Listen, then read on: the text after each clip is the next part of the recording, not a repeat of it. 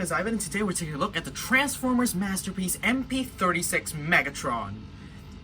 This figure is Takara's second attempt at making a Transformers Masterpiece Megatron. And I gotta say, this blows the original out of the water, with a more proportionate robot mode and a more realistic gun mode. And that's where the toy review begins. The sculpting on the gun is very good, and attentive viewers will notice that I didn't comment on the paint, and because that is an issue that I'll address later. Of course, the stand doesn't come with it. I just randomly took a Figure standard stand to stand up the gun so I don't have to hold it.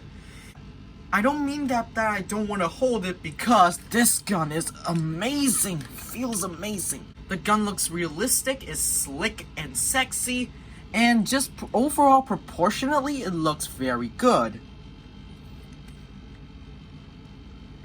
Even though the handle is a little too thick, it still is beautiful, feels beautiful, and I love this figure.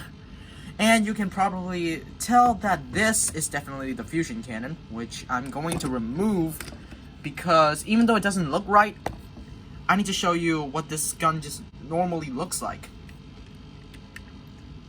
The gun looks great. You can see the Decepticon symbol, which does not end up as the chest, so you'll see later. If you flip it over, that's a lot of kibble. You can see the head and everything. And one problem that I had with mine is that this is not spring-loaded. If I press this too far, it just gets stuck for some reason, which I don't know if there's a way to fix it. If you know, then comment down how I can fix this. But you know what? Never mind. I can just do this. It's not like I'll play with the gun anyways, because the transformation on this thing is completely... And the stock and the silencer. The stock is really... Here's the stock. The stock is really easy. Just press this button and slide the stock in. The stock and silencer here is a little bit of a complicated situation. Now, as you can see here, there is a lot of reports that an attachment inside this, namely this attachment, is a little too thick, and it results in the silencer getting stuck to the barrel, which is a problem. So what I did is I took apart the entire silencer, grabbed this little attachment, and then used my knife to cut out a little bit of plastic, and then sanded it down, so now it plugs in. It plugs in, and also is easily removable. Okay, not that easily, but still removable, so it doesn't get stuck. And here we have the completed gun mode. It's very long and it looks nice. I think that's all for the gun mode, so now it's time for transformation. And for convenience, I'm going to remove the fusion cannon. And here we go. This is not gonna be good.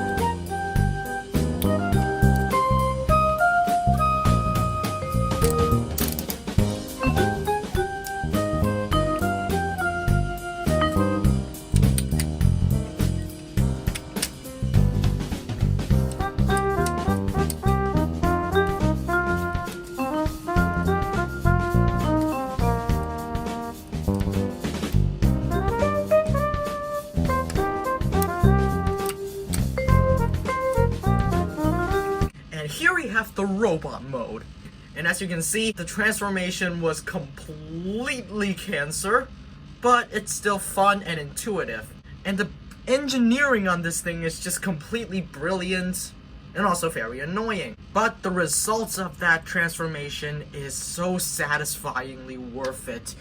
This figure It's gotta be the best Transformers figure that I've ever owned, and it comes with a lot of accessories. First of all, you get the key to Vector Sigma, which is die-cast metal in gold, which I don't care. Shut up. Another accessory is the clone control helmet from that one episode of G1 cartoon, and you can just put it on his head. But I never watched the G1 cartoon, so I don't know the context of this. I think this is to control a clone of Optimus Prime, but I don't know, I'm not sure. For more familiar accessories, you get his Energon Mace. What you gotta do is just slide his hand off, in, and then slide the mace right in. And it looks fantastic. It's translucent purple, and purple is my favorite color, but a dangling chain doesn't give you a lot of posing options. That's where this other chain comes in. So just remove this, plug it onto the chain, so just swap it out, and then and slide it back in. Now the chain can float. And I prefer this much more than the dangling chain because this chain just gives you a lot more posing options. And before we take a look at the more interesting accessories, let's look at the alternate faces. First of all, you get the maniacal grin, which is my favorite face, and you just slide it off and plug the face right in. Head sculpt looks amazing, little buckethead Megatron, and the grin just screams Megatron in your face. This is just so Megatron-y. Alternate face is this crying face. So that's what the instructions says. Just slide the face off and then put this face in, and he looks pretty angry or crying. I don't really know. And now let's talk about the more interesting accessories, which is this battle damaged face. Put the face in, and you fellow fans of Transformers the movie know where this is going. You can swap out the chest piece with this, the battle damage chest piece, and now it looks amazing. And to accompany those accessories, you get these from the same movie.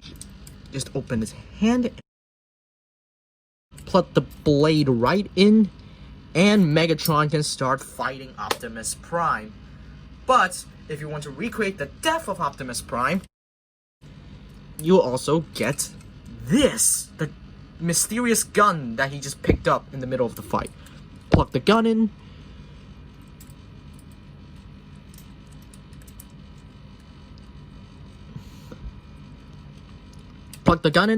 and Optimus can start screaming, "Out of the way, Hot Rod!" And you can even remove this effect part from the sword and plug it into the gun. And now you can recreate Optimus Prime's death. Hot Rod, I hate you. But that's not all the accessories you get, because no, that's far from over. The stock and the silencer still has a purpose. First of all, let's start with the stock. What you can do with the stock is you can press this button and lift out this, and this can act as a flight stand for Megatron. So just split this, grab Megatron, and put him on here. My copy doesn't really work.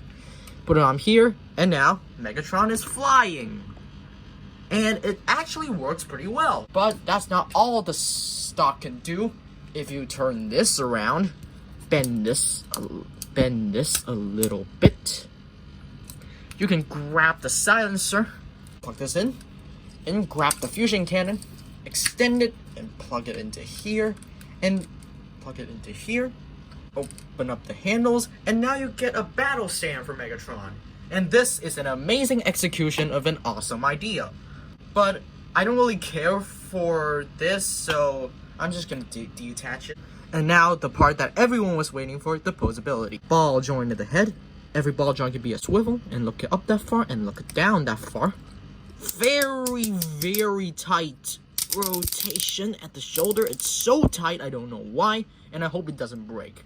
Arm can ratchet out. Bicep swivel. Bend at the elbow. Wrist swivel. Swivel at the waist.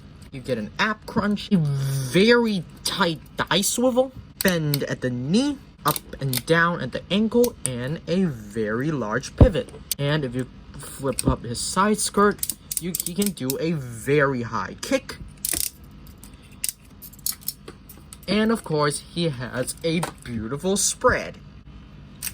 Posability on this figure is so great that I wish the MP-10 Optimus Prime can do as well as him. But he can't, which means I love this figure more than MP-10. And for size comparisons, here he is with Cyberverse Megatron, Studio Series Megatron, LG-13 Combiner Wars Megatron, and Noroi Nesco Kamado. Probably my next review.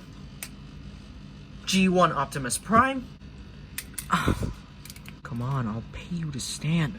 Soto Master Rider Decade, Figurized Standard Kamen Rider Kuga, and last but not least, MP-10 Optimus Prime.